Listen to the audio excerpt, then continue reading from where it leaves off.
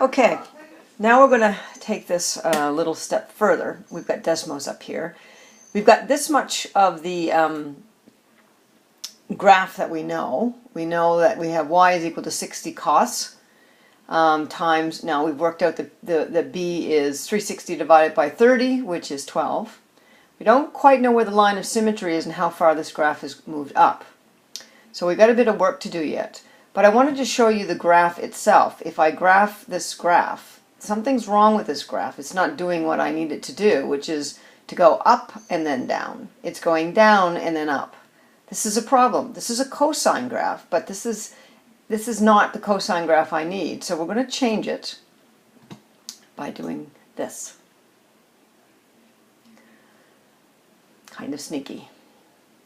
So basically, we've got, this is the graph that we want. This is the shape of it want. So this actually, in fact, is a negative cos graph.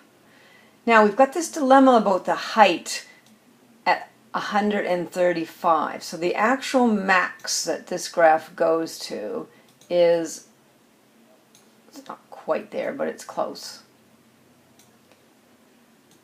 There we go.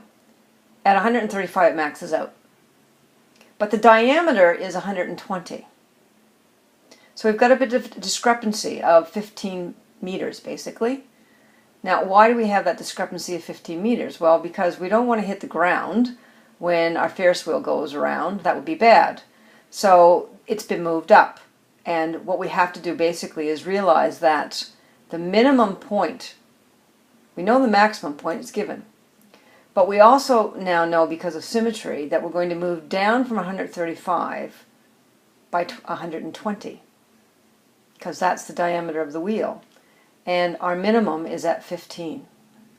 So I want you to understand why they're giving you the maximum 135, the diameter, which we know leads us to the amplitude, but it also leaves us with this 15 meters above the ground here to compensate. So we're at 135. We know the diameter of the wheel is 120. So we've got this space here. But what that does allow us to know is what the minimum value is here.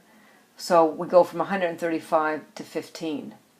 And you've basically got to be able to get that from the context and the understanding that you have and the insight that you have about how this wheel and the diameter and the height are connecting with each other.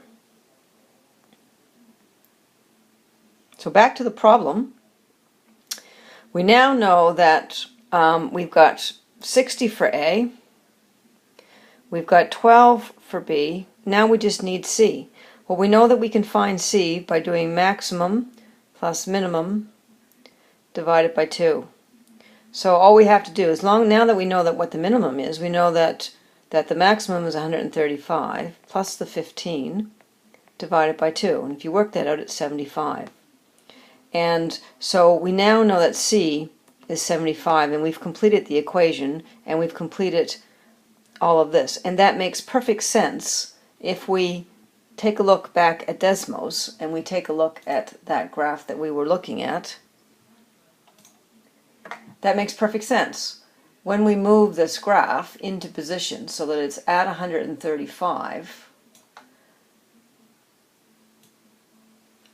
our line of symmetry is at 75. That makes sense. I mean, that's where it's going to be. That's that position there. And we know that we have this discrepancy here, but we also know that the minimum is going to be 15. And so it all makes sense. And now we know that A, or the graph, is at 75. And we've completed this part of the question.